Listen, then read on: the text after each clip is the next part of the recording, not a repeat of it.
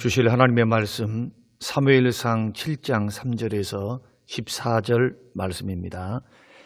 사무엘이 이스라엘 온 족속에게 말하여 이르되 만일 너희가 전심으로 여호와께 돌아오리거든 이방 신들과 아스타롯을 너희 중에서 제거하고 너희 마음을 여호와께로 향하여 그만을 섬기라. 그리하면 너희를 블레셋 사람의 손에서 건져내시리라. 이에 이스라엘 자손이 바알들과 아스타롯을 제거하고 여호와만 섬기니라.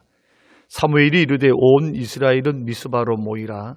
내가 너희를 위하여 여호와께 기도하리라 하매 그들이 미스바에 모여 물을 길어 여호와 앞에 붓고 그날 종일 금식하고 거기에서 이르되 우리가 여호와께 범죄하였나이다 하니라. 사무엘이 미스바에서 이스라엘 자손을 다스리니라. 이스라엘 자손이 미스바에 모였다 함을 블레셋 사람들이 듣고 그들의 방백들이 이스라엘을 치러 올라온지라. 이스라엘 자손들이 듣고 블레셋 사람들을 두려워하여 이스라엘 자손이 사무엘에게 이르되 당신은 우리를 위하여 우리 하나님 여호와께 쉬지 말고 부르짖어 우리를 블레셋 사람들의 손에서 구원하시게 하소서 하니 사무엘이 젖먹는 어린 양 하나를 가져다가 온전한 번제를 여호와께 드리고 이스라엘을 위하여 여호와께 부르짖음에 여호와께서 응답하셨더라. 사무엘이 번제를 드릴 때에 블레셋 사람이 이스라엘과 싸우려고 가까이 오매 그날에 여호와께서 블레셋 사람에게 큰 우레를 발하여 그들을 어지럽게 하시니 그들이 이스라엘 앞에 패한지라. 이스라엘 사람들이 미스바에서 나가서 블레셋 사람들을 추격하여 벳갈 아래에 이르기까지 쳤더라. 사무엘이 돌을 취하여 미스바와 센 사이에 세워 이르되 여호와께서 여기까지 우리를 도우셨다 하고 그 이름을 에베네실이라 하니라. 이에 블레셋 사람들이 굴복하여 다시는 이스라엘 지역 안에 들어오지 못하였으며 여호와의 손이 사무엘이 사는 날 동안에 블레셋 사람을 막으시매 블레셋 사람들이 이스라엘에게서 빼앗았던 성읍에 이 에그론부터 가드까지 이스라엘에게 회복되니 이스라엘이 그 사방 지역을 블레셋 사람들의 손에서 도로 찾았고 또 이스라엘과 아모리 사람 사이에 평화가 있었더라. 고마우신 하나님, 오늘 우리에게 은혜를 주시옵소서. 거룩한 주일 이 아침 성령께서 우리의 말씀을 깨달을 수 있도록 깨닫는 은혜를 더해 주사 밝히 주의 말씀을 알고 이 말씀 붙들고 승리하며 걸어가게 하옵소서. 깨닫는 은혜 주시기를 예수님 이름으로 기도합니다. 아멘. 사랑하는 성도 여러분, 한 주간 동안도 주 안에서 평안하셨습니까? 어제나 오늘이나 동일하심에 살아계신 우리 하나님께서 오늘 예배를 드리시는 성림교회 모든 식구들에게 은혜 주심과 평강 주심과 복 주심의 은혜가 넘치도록 채워주실 줄로 믿습니다. 사랑하는 성도 여러분, 우리가 하루하루 살아가면서 하나님의 도우심이 없이 나는 살아왔습니다라고 자신 있게 말할 수 있는 분은 아마 우리 가운데 한 분도 안 계실 줄로 압니다. 하나님의 도우심을 우리가 느끼지 못할 뿐이지 우리 모두는 하나님의 도우심이 없이는 단 한순간도 살아갈 수 없는 연약한 존재입니다. 오늘 본문 말씀에서도 이스라엘이 하나님의 도우심으로 블레셋으로부터 승리했고 그 승리 후에는 사무엘이 사는 날 동안에 블레셋이 다시는 침범하지 못하는 놀라운 축복을 하나님께서 허락하셨습니다. 블레셋은 강력한 해양 민족이고 또 블레셋은 등치가 이스라엘 백성들보다 더 크고 철기 문명을 갖고 있었던, 지금으로 말하면은 최첨단 국가 무기를 갖고 있었던 국가였다고 말할 수가 있습니다. 블레셋으로부터 엄청난 고통을 오랜 세월 동안 이스라엘 백성들이 받고 있었습니다. 그런데 하나님께서 이러한 강력한 적을 언제 물리치셨습니까? 바로 미스바에 모여서 하나님 앞에 예배하고 기도하고 회개하고 영적 각성해서 하나님 앞에 서 있을 때 하나님의 방법으로 하나님의 때에 하나님께서 처리하셔서 블레셋을 다 물리치게 하셨다. 이것은 전적인 하나님의 은혜였고 하나님의 역사였습니다. 그래서 이런 승리를 쟁취하고 난 후에 사무엘은 이렇게 고백했습니다. 에베네셀 하나님, 저기에서 여기까지 주님께서 도와주셨다.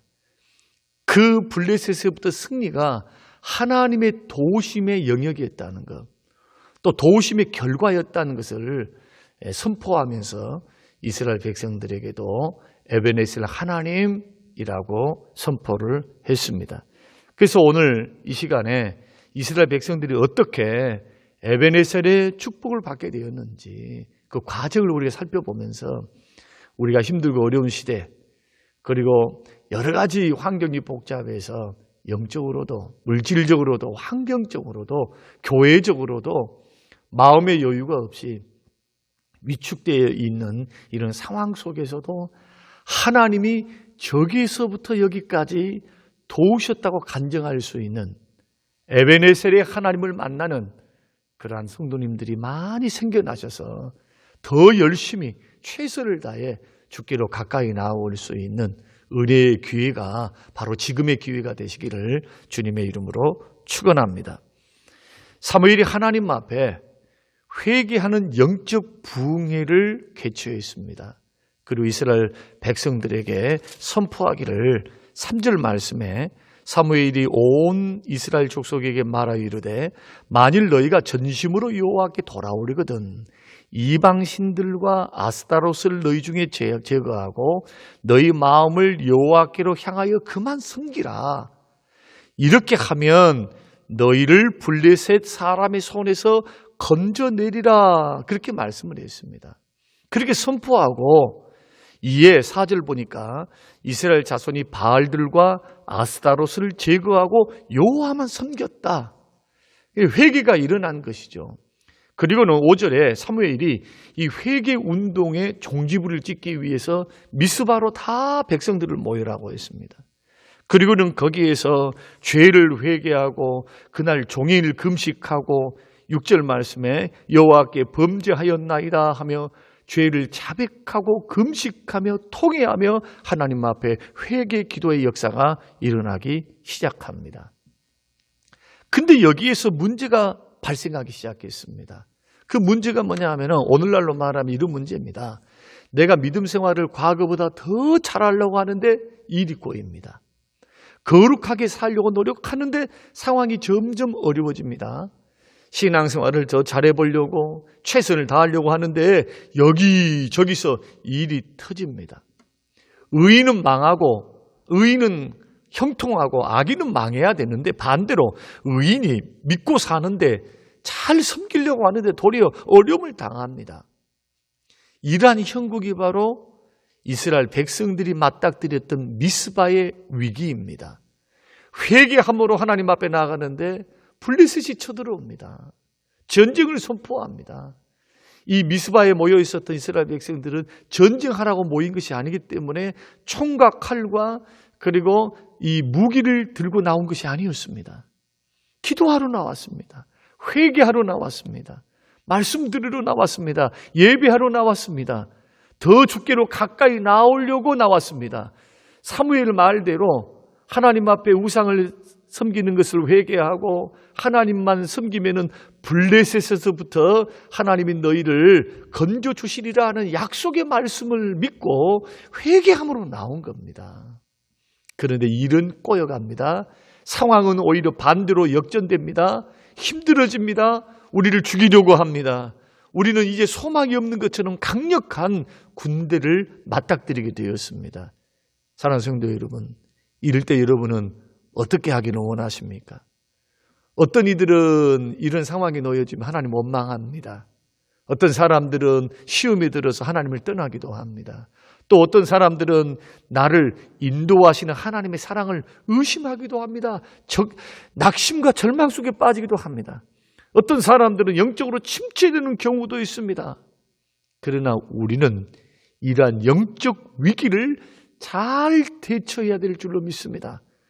고난을 핑계 삼아서 하나님을 떠나는 것은 어리석은 일입니다. 오히려 위기 속에서 기회를 잡을 수 있어야 됩니다. 누가 그렇게 했습니까? 이스라엘 백성들이 그렇게 했습니다. 국가적인 위기를 하나님의 도우심을 받는 기회로 바꿨습니다. 이것이 오늘 본문 말씀의 핵심 키포인트입니다. 그러면 어떻게 블레셋의 침공으로부터 그들은 이기고 승리할 수 있었는가? 첫째가 기도하는 일이었습니다. 8절 말씀 보면은 이스라엘 자손이 사무엘에게 이르되 당신은 우리를 위하여 우리 하나님 여호와께 쉬지 말고 부르짖어 우리를 블레셋 사람들의 손에서 구원하시게 하소서. 이스라엘 백성들이 하는 겁니다. 이것은 하나님의 도우심이 아니면은 우리는 승리할 수 없다는 것. 하나님이 구원해 주시지 않으면은 우리는 구원받을 수 없다는 것.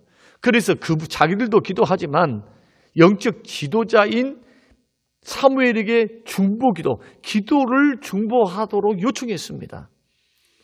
사랑하는 성도 여러분, 우리가 신앙생활을 잘 해보려고 하는데 그때 때마침 어려움이 생겼을 때 우리는 드는 생각들이 때로는 시험이 들고 때로는 원망이 되고 때로는 하나님 사랑을 의심할 수가 있어요. 침체가 될 수 있는데 그 어렵다고 해서 만약에 낙심하고 뒤로 물러가면 이것은 사단의 전략에 넘어가는 것입니다. 그럴 때 제일 먼저 믿음의 사람들이 해야 될 것이 뭐냐? 기도해야 됩니다. 나도 기도하고 또 다른 형제들에게 기도를 요청해야 합니다. 이것이 믿는 사람들이 문제를 당할 때, 어려움을 당할 때 제일 먼저 꺼내들 수 있는 믿음의 증거, 그것은 바로 기도입니다. 사람이 믿음이 있는지 믿음이 없는지 평안할 때는 잘 모릅니다. 그러나 고난당할 때 보면 압니다. 고난당할 때 믿음 있는 사람은 어떻게 합니까? 그 고난의 때를 기도의 때로 활용합니다. 그리고 주의 종들에게 기도를 부탁합니다. 또 주변에 있는 순장들에게, 순원들에게, 주변 사람들에게 자기도 기도하지만은 문제 해결을 위해서 같이 함께 기도하라. 예수님 말씀한 것처럼 혼자 기도하는 것보다 합심하여 기도하면 합심하여 기도하는 그들을 보시고 주께서 하늘에서 기도를 응답해 주시고 들어주시겠다고 말씀하신 중보 기도의 능력, 합심 기도의 능력, 그 능력을 믿기 때문에 기도합니다. 그런데 믿음이 없는 사람들은 뭘 합니까? 자기도 기도하지 않고 기도 부탁하지 않습니다. 그저 인간적인 방법으로 문제를 해결하려고 발버둥 칠 뿐이죠. 그래서 우리 믿는 사람들은 어려운 일이 있을 때마다 자신도 기도해야 되지만 또한 주변에 있는 사람들에게 기도의 동역, 기도의 요청을 해야 됩니다. 영적인 전투는 혼자서 잘 감당할 수가 없어요. 기도의 동지들에게 기도해야 돼요.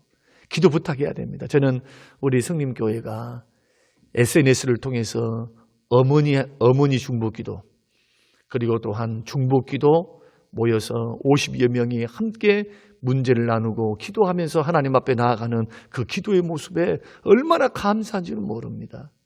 여러분, 기도가 만사합니다. 예수 믿는 사람들에게 기도가 만사예요. 그럼에도 불구하고 주께서는 기도하라 말씀하십니다. 아무리 위급한 일이 있어도 또 하나님의 말씀이 우리에게 약속을 보장해 주셨다 할지라도 약속해 주셨다 할지라도 그것을 성취하기 위해서는 인내하면서 기도하라고 주님은 요청하십니다. 순원끼리 성도들끼리 서로 기도를 요청하십시오. 중학교 다니는 우리 아들이 사춘기인가 봐요. 말을 안 들어서 너무너무 힘들어요. 수능을 위해서, 남편 승진을 위해서, 집을 짓기 위해서, 집 사기 위해, 사업을 위해, 믿음 지키기 위해, 자녀를 위해 끊임없이 중보기도 하셔야 돼요. 나도 기도해야 되지만 기도는 요청하면 요청할수록 자기에게 유익이 있습니다. 그것은 믿음 없는 증거가 아닙니다. 믿음 있는 증거입니다. 주님을 신뢰하고 믿기 때문에 기도를 요청하는 거예요. 그 기도 요청이 사랑의 빛과 같습니다. 사랑의 빛 외에 다른 빛은 져서는 안 되겠죠. 그러나 기도의 빛은 지면 질수록 풍성해집니다. 기도 부탁하시기를 바랍니다. 그래서 이스라엘 백성들은 어려움이 찾아왔을 때 자신들이 기도도 하면서도 기도를 부탁하죠. 함께 기도함으로 응답의 체험을 받았습니다. 여러분, 내가 혼자 기도해서 응답받아서 혼자 응답의 축복을 누리는 것도 중요하지만은 합심으로 기도해서 그 기도에 응답하시는 하나님의 그 은혜를 서로 나누게 되면은 그 은혜와 축복이 배가 되는 겁니다. 믿음이 그만큼 서로 선한 영향력을 끼쳐서 하나님께 영광이 되고 더 굳건한 만세반석 위에 믿음 위에 서게 된다.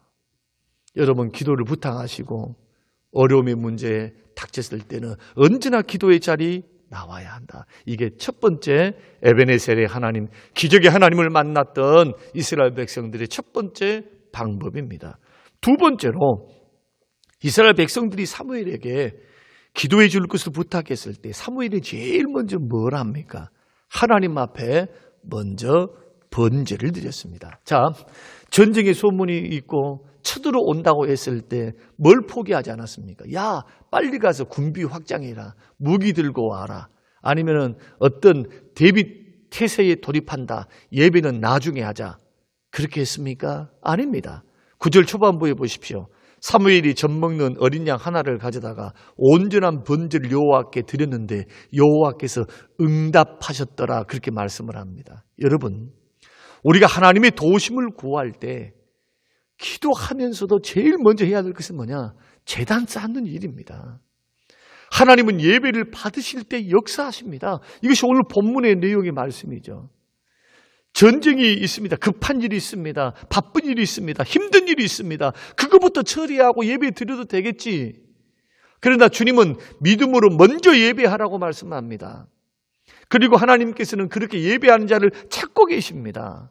요한복음 4장 23절, 아버지께서는 이렇게 신령과 진정으로 예배하는 자들을 찾고 계신다고 말씀하시죠. 똑똑하고 능력 있는 사람, 지략이 뛰어난 사람, 힘이 많은 사람, 돈이 많은 사람, 모사와 지략이 뛰어난 사람들을 찾으신 것이 아니고 예배하는 사람들을 찾고 계십니다. 왜냐하면 하나님은 예배를 통해서만이 영광을 받으시기 때문에 하나님이 마땅히 드려야 될 예배, 그 영광을 도적질해서는 안 됩니다. 그리고 이 예배는 또한 신앙생활의 기초이기도 합니다. 예배 생활이 무너지면 신앙 성장이 없어요. 교회를 오래 다녔다 해가지고 사람들이 믿음이 성장한 것이 아닙니다. 예배를 귀하게 여길 줄 아는 자, 예배 안에서 은혜도 받고 하나님 앞에 합당하게 경외함으로 신뢰함으로 예배가 예배되게 해서 하나님 앞에 영광 돌려드리고 응답받는 예배 생활하는 사람들의 믿음이 성장합니다. 그리고 더 나아가서 예배는 하나님의 은혜를 체험하는 지름길이 예배입니다.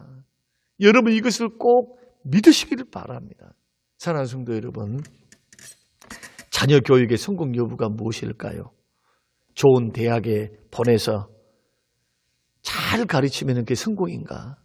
좋은 학점을 받아서 또 시험을 통과해서 좋은 직장에 들어가면 성공인가? 여러분, 외적인 요소들보다도 예수 믿는 크리스찬에게 있어서는 자녀 교육의 성공은 뭐냐? 자녀들이 예배 생활을 통해서 나타납니다. 예배를 중요시하는 것은 하나님을 경외하는 믿음이 있다는 반증이거든요. 세상적으로 아무리 성공했다 할지라도 자녀들이 예배드리는 것을 소홀히 한다면 그것은 진정한 의미에서 성공이 아닙니다. 저는 우리 아이들에게 시험보다도 성공보다도 세상 어떤 돈 버는 것보다도 더 중요한 것이 있다고 가르칩니다. 기회가 될 때마다 하나님을 섬기는 거야말로 또 하나님을 사랑하고 섬기고 예배하는 일보다 더 우선적인 것은 없다. 왜냐하면 구원도 축복도 평안도 다 하나님께로부터 오기 때문에 평상시 예배 생활에 최선을 다하라. 평생 신앙의 제1의 원칙이 뭐냐? 예배하는 삶. 예배가 예배되게 하는 삶.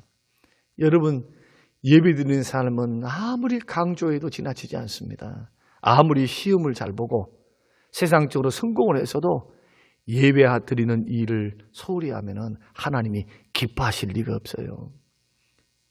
지금 부족하고 연약해도 부모의 가르침을 받아서 하나님을 사랑하고 하나님을 경외하고 신뢰함으로 예배에 성공하는 하나님의 자녀들은 반드시 하나님께서 그 자녀를 책임져 주실 줄로 믿습니다.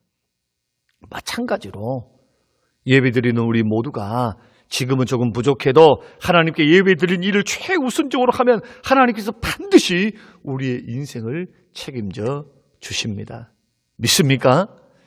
우리 삶에서 먼저 그 나라와 그 일을 구하는 것, 이것이 가장 우선된다. 그럴 때 이 모든 것을 하나님께서 더해 주시는 것입니다. 오늘 본문이 사무엘이 그랬습니다. 사무엘의 경우를 보십시오. 먼저 하나님께 제단을 쌓았습니다. 그런 다음에 하나님께 기도했습니다. 부르짖었습니다. 그랬더니 놀라운 일이 일어납니다. 10절, 그날에 여호와께서 블레셋 사람에게 큰 우레를 발하여 그들을 어지럽게 하시니 그들이 이스라엘 앞에서 패했다고 말씀하시죠.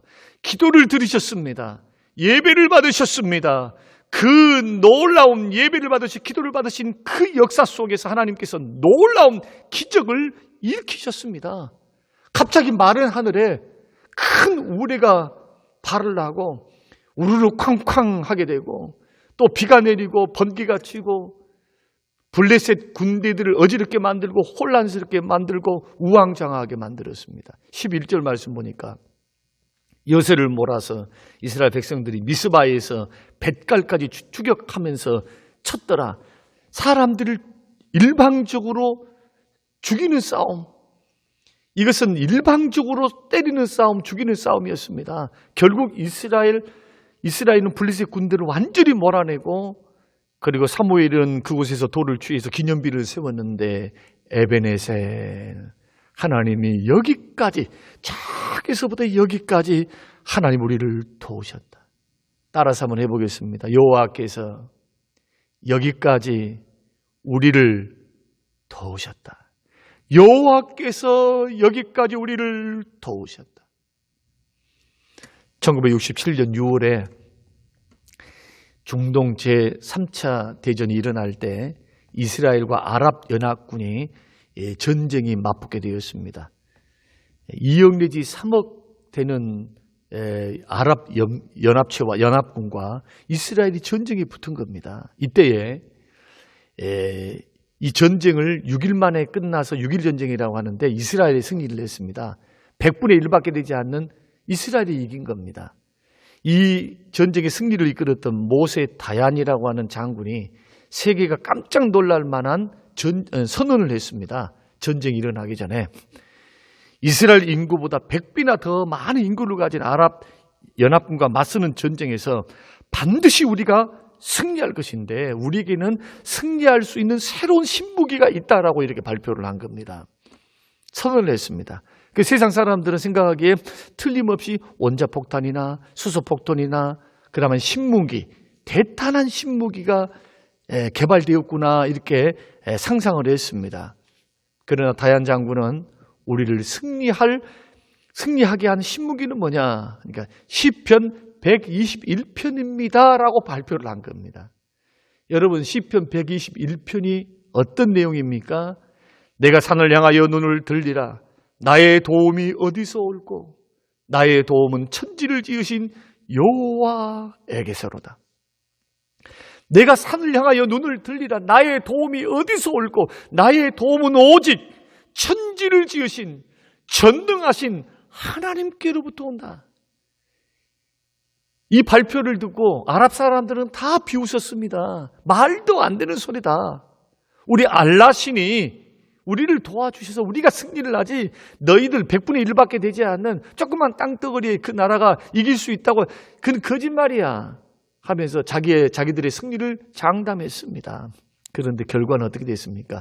전쟁을 딱 맞붙었는데 그 강력한 이집트 군대, 여러분 6일도 안 돼가지고 시리아 군대, 여러분 남쪽으로 북쪽으로 전쟁이 일어나기 시작했는데 6일 만에 전쟁이 끝나버리고 시나이 반도를 뺏겨버리고 이집트는, 그리고 골란 공원과 갈릴리 그 북쪽을 시리아는 잃어버리고 마는 그러한 비극을 초래했습니다. 어떻게 그 일들이 가능했습니까? 전능하신 하나님, 만군의 여호와 하나님이 그들을 도우셨기 때문입니다. 사랑하는 성도 여러분, 하나님은 믿고 기도하고 예배하는 자에게 응답 주십니다. 신앙의 기본으로 돌아가야 됩니다. 여러분, 고난당하고 어려움당하고 예수 믿었는데 더 믿음으로 살아가는데 오히려 나에게 어렵고 힘든 일이 있습니까? 그럴수록 그것을 위기를 기회로 삼고 나를 도우실 분이 하나님이다. 사단의 전략에 넘어가서는 안 됩니다. 오히려 기도를 더 해야 되고 예배를 멈추지 말아야 합니다. 하나님이 기도를 받으시고 예배를 받으신 그 하나님이 일하십니다. 우리는 블레셋을 물리친 이스라엘에게서 우리는 중요한 영적 교훈을 몇 가지를 얻는데, 첫째는 뭡니까? 이길 수 있었던 방법이 기도 아닙니까? 기도, 중보 기도. 두 번째는 하나님 앞에 제단 쌓고 예배해서 응답받았던 것. 셋째는 간절히 하나님 앞에 사무엘을 부르짖었어요. 또 넷째는 뭐냐? 하늘에서 하나님께서 우레를 바랬습니다. 기적을 행하셨습니다. 다섯째는 블레셋을 추격해서 끝까지 물리쳤지요. 이러한 다섯 가지 요인을, 성경적 요인을 한마디로 요약하면은 어떻게 풀이할 수 있습니까? 하나님께서 도우셨다. 그것이 정답입니다. 하나님이 도우셨습니다. 내가 하나님 앞에 기도하고 예배하고 내가 하나님 앞에 절망 중에 부르짖었지만은 그 기도를 들으시고 우리를 도우시는 분은 하나님이셨다. 하나님이 도우셔야 합니다. 도우셔야만 승리합니다. 응답받습니다. 하나님이 도우셔야만 성공할 수 있습니다. 이것이 믿음 있는 사람들의 모습입니다. 모든 우리 일상사는 주님의 도우심이 있어야 돼요. 아무리 환경과 여건이 우리에게 좋게 흘러간다 할지라도 하나님이 열어주셔야 되고 주의 도우심이 있어야 됩니다. 반대로 사면 초과이고 사면이 다 막혔다 할지라도 하나님이 도우시면은 살아날 수 있습니다. 승리할 수 있습니다. 이길 수 있습니다. 그래서 시편 기자는 여호와께서 너의 출입을 지금부터 영원까지 지키신다. 전능하신 하나님이 지키신다. 그렇습니다. 여기까지 도우시는 주님은 내일도 도와주실 줄로 믿습니다. 왜냐하면 하나님의 능력과 하나님의 사랑은 변함이 없기 때문입니다. 아무쪼록 예배 생활을 소홀히 해서는 안 됩니다. 또 기도함으로 나아가야 합니다. 인생 역경 어려움, 이 상황 속에서 우리들은 오늘 주셨던 이 말씀을 기본으로 해서 인생 역경을 믿음으로 승리해서 하나님의 기적을 보고 하나님의 승리를 외칠 수 있는 우리 모든 성도님들이 다 되시기를 주님의 이름으로 축원합니다. 고마우신 하나님 아버지, 여기까지 도우신 에베네셀 하나님을 찬양합니다. 주의 도우심으로만 승리했던 이스라엘의 발자취를 통해서 지금도 믿는 사람들은 절망 속에 갇혀 있을 수 없음을, 또한 실패 속에 낙심해야 해서는 안 됨을 우리에게 말씀해 주신 걸 감사합니다. 신앙의 기본으로 돌아가게 하옵소서. 기도하게 하옵소서. 예배하게 하옵소서. 하나님 앞에 우리의 신뢰와 믿음을 보이게 하여 주시옵소서. 하나님 응답하셔서 우리의 삶 속에 하나님이 먹이시고 하나님이 입히시고 하나님이 여시며 하나님이 도우시며 하나님이 승리케 하심을 나타내사 하나님께 영광 돌려드릴 수 있도록, 체험하는 신앙 될 수 있도록 우리에게 은혜를 베풀어 주옵소서. 감사드리며 예수님 이름으로 기도합니다. 아멘.